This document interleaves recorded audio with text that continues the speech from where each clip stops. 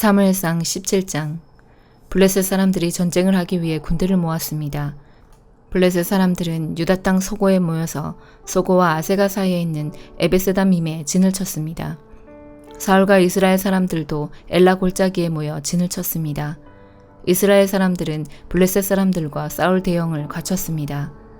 블레셋 사람들은 한 언덕을 차지하고 있었고 이스라엘 사람들은 다른 언덕을 차지하고 있었습니다. 그 사이에는 골짜기가 있었습니다. 블레셋 사람들에게는 골리앗이라는 한 대장이 있었습니다. 그 사람은 가드 사람이었고 키는 6규빗 한 뼘 가량 되었습니다. 머리에는 노스로 만든 투구를 쓰고 노스로 만든 갑옷을 입고 있었는데 그 갑옷의 무게가 5,000세겔 가량 되었습니다. 다리에도 노스로 만든 보호대를 대고 있었으며 등에는 작은 노창을 메고 있었습니다. 그 사람이 가지고 있는 큰 창의 나무 부분은 배틀채만큼 컸습니다. 그리고 그 창날의 무게는 600세겔가량 되었습니다. 그 사람의 커다란 방패를 든 부하가 그 사람 앞에 걸어 나왔습니다. 골리앗이 서서 이스라엘 군인들에게 소리를 질렀습니다. 너희는 어찌하여 사울 대형을 갖추고 있느냐? 나는 블레셋 사람이고 너희는 사울의 종들이다. 한 사람을 뽑아 나에게 보내어 싸우게 하여라. 만약 누구든지 나를 죽일 수 있다면 우리가 너희들의 종이 되겠다. 그러나 내가 그 사람을 죽이면 너희가 우리의 종이 되어야 한다. 골리앗은 또 이렇게 말하였습니다. 오늘 내가 너희 이스라엘 군대를 이렇게 조롱하는데 나와 싸울 놈이 없단 말이냐. 사울과 이스라엘 사람들은 이 블레셋 사람의 말을 듣고 무서워서 벌벌 떨었습니다. 다윗은 에브라 사람 이새의 아들이었습니다. 이새는 유다 땅 베들레헴 사람이었는데 아들이 8명 있었습니다. 사울의 때의 이새는 이미 나이가 많은 노인이었습니다. 이새 아들 중 위로부터 세 아들은 사울과 함께 싸움터에 있었습니다. 첫째 아들은 엘리압이었고 둘째 아들은 아비나답이었으며 셋째 아들은 삼마였습니다. 다윗은 막내 아들이었습니다. 이새 아들 중 위로부터 세 아들은 사울을 따르고 있었습니다. 다윗은 사울이 있는 곳과 베들레헴 사이를 왔다 갔다 하고 있었습니다. 다윗은 베들레헴에서 자기 아버지의 양떼를 치고 있었습니다. 블레셋 사람 골리앗은 매일 아침 저녁으로 이스라엘 군대 앞에 나와섰습니다. 그러기를 40일 동안 하였습니다. 이새가 자기 아들 다윗에게 말하였습니다. 이 볶음곡식 한 에바와 빵 10덩이를 진에 있는 네 형들에게 갖다 주어라. 또 이 치즈 10덩이도 가지고 가서 네 형들의 천부장에게 주어라. 그리고 네 형들이 어떻게 지내는지 알아보아라. 형들이 모두 잘 있다는 증거가 될 만한 것을 나에게 가지고 오너라. 네 형들은 사울과 이스라엘 군대와 함께 엘라 골짜기에서 블레셋 사람들과 싸우고 있다. 다음 날 다윗은 아침 일찍 일어나 다른 목동에게 양떼를 맡겼습니다. 다윗은 음식을 가지고 이새가 말한 대로 집을 떠났습니다.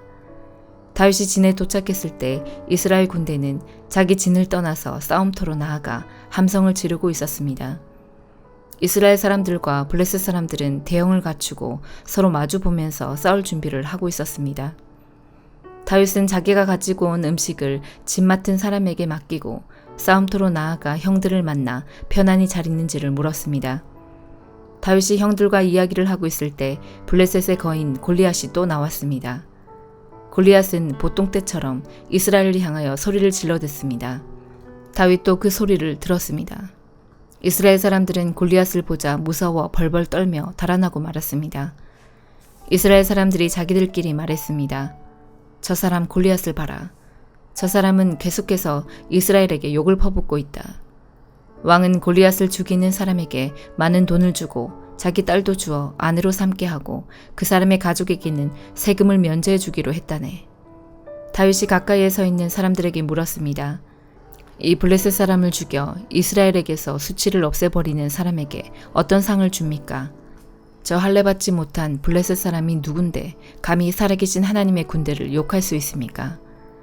이스라엘 사람들이 다윗에게 골리앗을 죽인 사람에게 어떤 상이 주어지는지를 이야기해 주었습니다. 다윗이 군인들과 이야기하는 것을 다윗의 제일 큰 형 엘리압이 들었습니다. 엘리압은 다윗에게 화를 내며 말했습니다. 넌 여기에 왜 왔니? 들에 있는 네 양들은 누구에게 맡겨놓았니? 건방지고 잘난 체하는 아이야. 넌 지금 아무짝에도 쓸모없는 짓을 하고 있어. 넌 지금 전쟁 구경을 하려고 여기에 온 거야. 다윗이 물었습니다. 제가 무엇을 잘못했어요? 군인들하고 이야기한 것도 잘못인가요? 그리고 나서 다윗은 다른 사람들에게 가서 똑같은 질문을 하였습니다. 그러자 그 사람들도 먼저 사람들과 똑같이 대답했습니다. 어떤 사람들이 다윗이 한 말을 듣고 그 말을 사울에게 전했습니다. 그러자 사울은 사람을 보내어 다윗을 데려오게 하였습니다. 다윗이 사울에게 말했습니다. 용기를 잃은 사람이 있으면 안 됩니다. 왕의 종인 제가 나가서 저 블레셋 사람과 싸우겠습니다. 사울이 대답했습니다.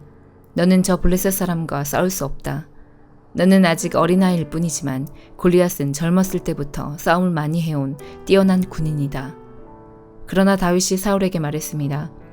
왕의 종인 저는 내 아버지의 양떼를 지키던 사람입니다. 사자나 곰이 나타나서 양을 물어가면 저는 그놈을 공격하여 그 입에서 양을 구해냈습니다. 그놈이 저를 공격하면 저는 그놈의 턱을 잡고 때려 죽이기도 하였습니다. 왕의 종인 저는 사자와 곰도 죽였습니다.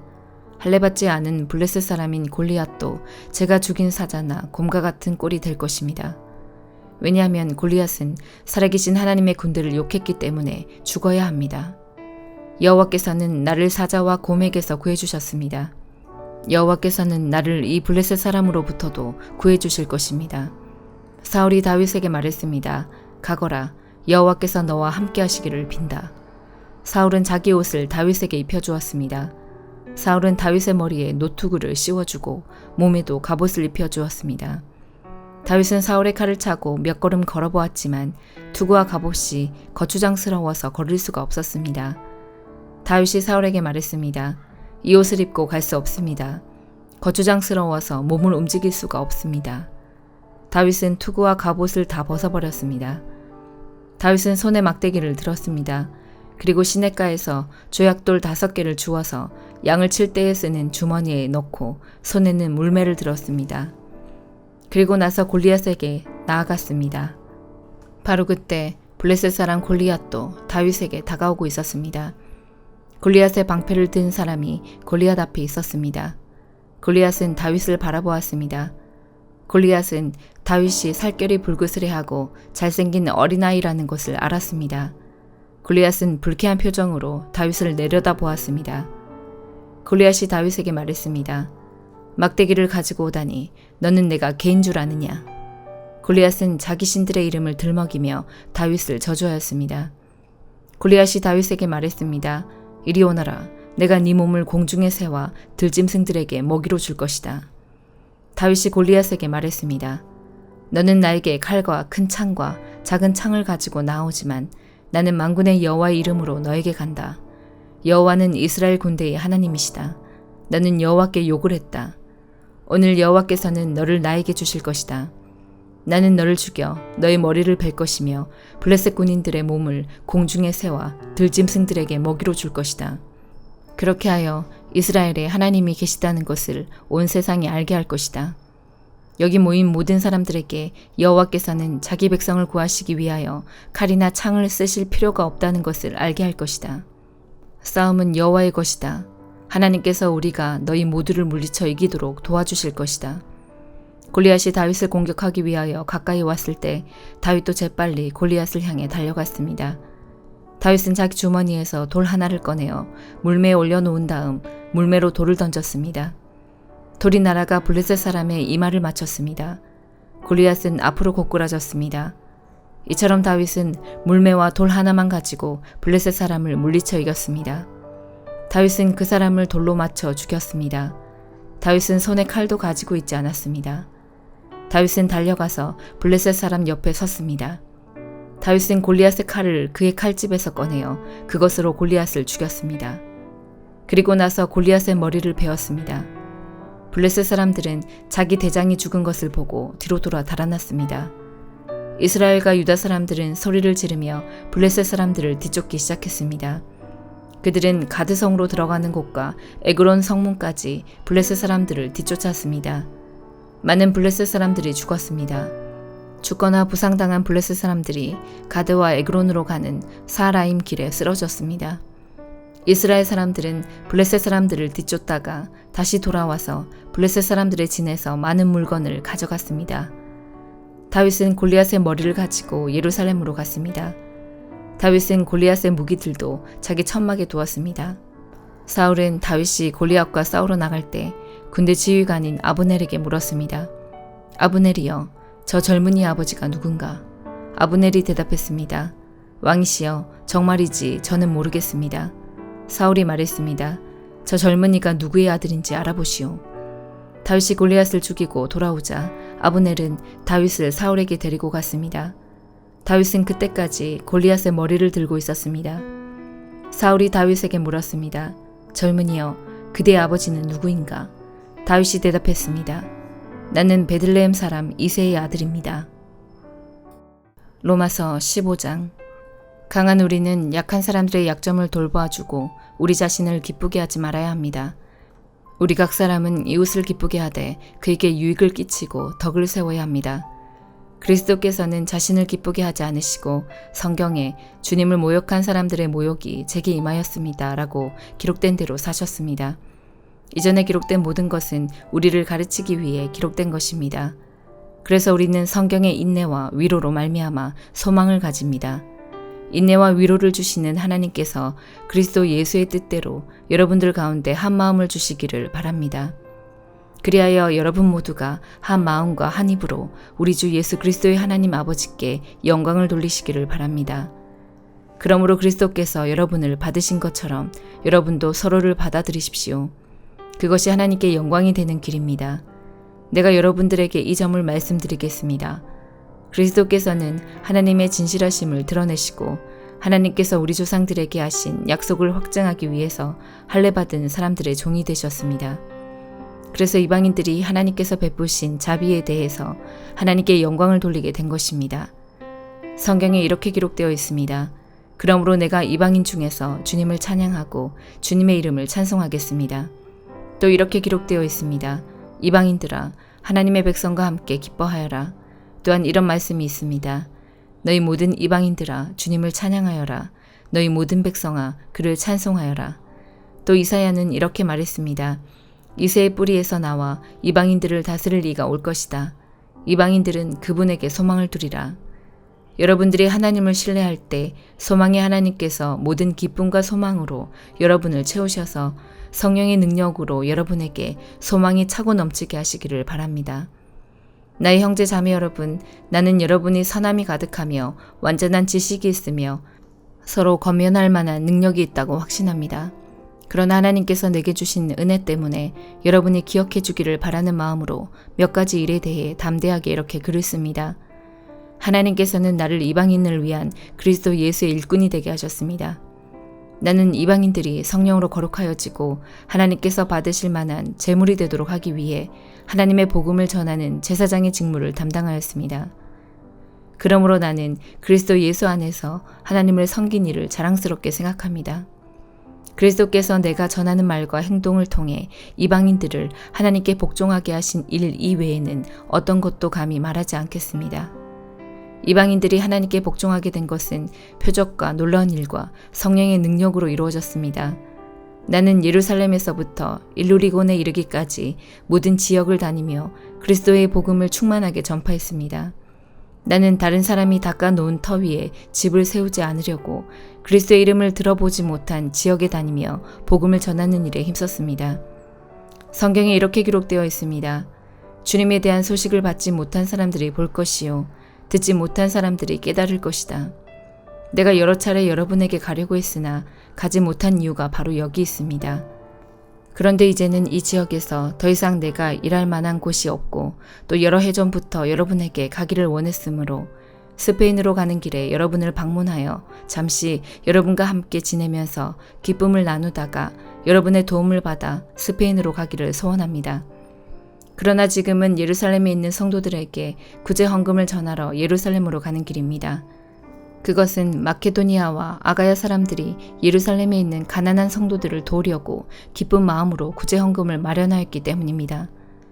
그들이 기쁜 마음으로 헌금은 했지만 사실 그들은 예루살렘 성도들에게 빚을 진 사람들입니다. 이방인들은 유대인들로부터 영적인 복을 나누어 가졌으므로 물질적인 것으로서 유대인들에게 나누어 줄 의무가 그들에게 있습니다. 그래서 나는 예루살렘에 있는 가난한 성도들에게 돈을 가져다 주는 일을 마치려 합니다. 유대인들은 이방인들이 주는 이 열매를 받을 것이라고 나는 확신합니다. 이 일을 다 마친 뒤에 여러분에게 들렸다가 스페인으로 가려고 합니다. 내가 여러분에게 갈 때에는 그리스도의 넘치는 복을 가지고 가게 되리라고 생각합니다. 성도 여러분, 우리 주 예수 그리스도와 성령의 사랑으로 여러분에게 부탁합니다. 내가 기도하듯이 여러분들도 하나님께 간절히 기도해 주시기를 바랍니다. 유대에 사는 믿지 않는 사람들에게서 나를 구해달라고 기도해 주시고 내가 예루살렘으로 가져가는 구제 헌금을 그곳 성도들이 기쁘게 받을 수 있도록 기도해 주십시오. 그렇게 되면 나는 하나님의 뜻을 따라 기쁜 마음으로 여러분에게 가서 여러분과 함께 쉴 수 있을 것입니다. 평강의 하나님께서 여러분 모두에게 함께 하시기를 바랍니다. 아멘. 예레미야 애가 2장. 주께서 진노하셔서 딸 시온을 비참하게 만드시고 이스라엘의 영광을 하늘에서 땅으로 던지셨다. 진노하신 날에 주의 발판 곧 예루살렘을 기억하지 않으셨다. 주께서 야곱의 모든 보금자리를 무자비하게 삼키시고 진노하셔서 딸 유다의 요새들을 바닥까지 허무셨다. 나라와 통치자들을 욕되게 하셨다. 주께서 진노하셔서 이스라엘의 모든 힘을 빼앗으시고 원수가 쳐들어올 때에 이스라엘의 권세를 거두어 가셨다.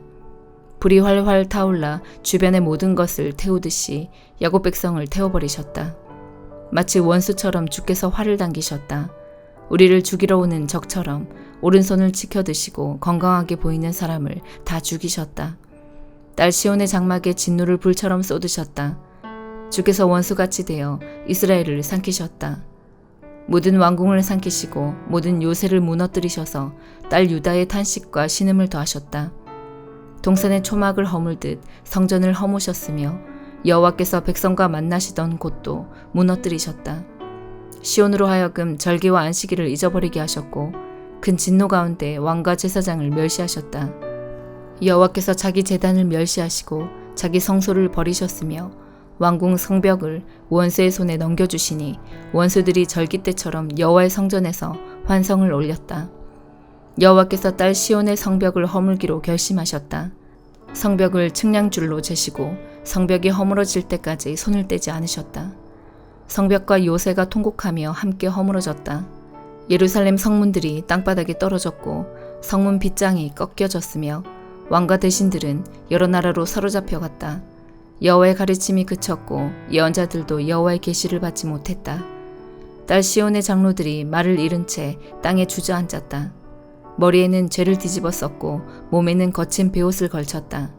예루살렘의 젊은 여자들은 머리를 땅에 숙였다.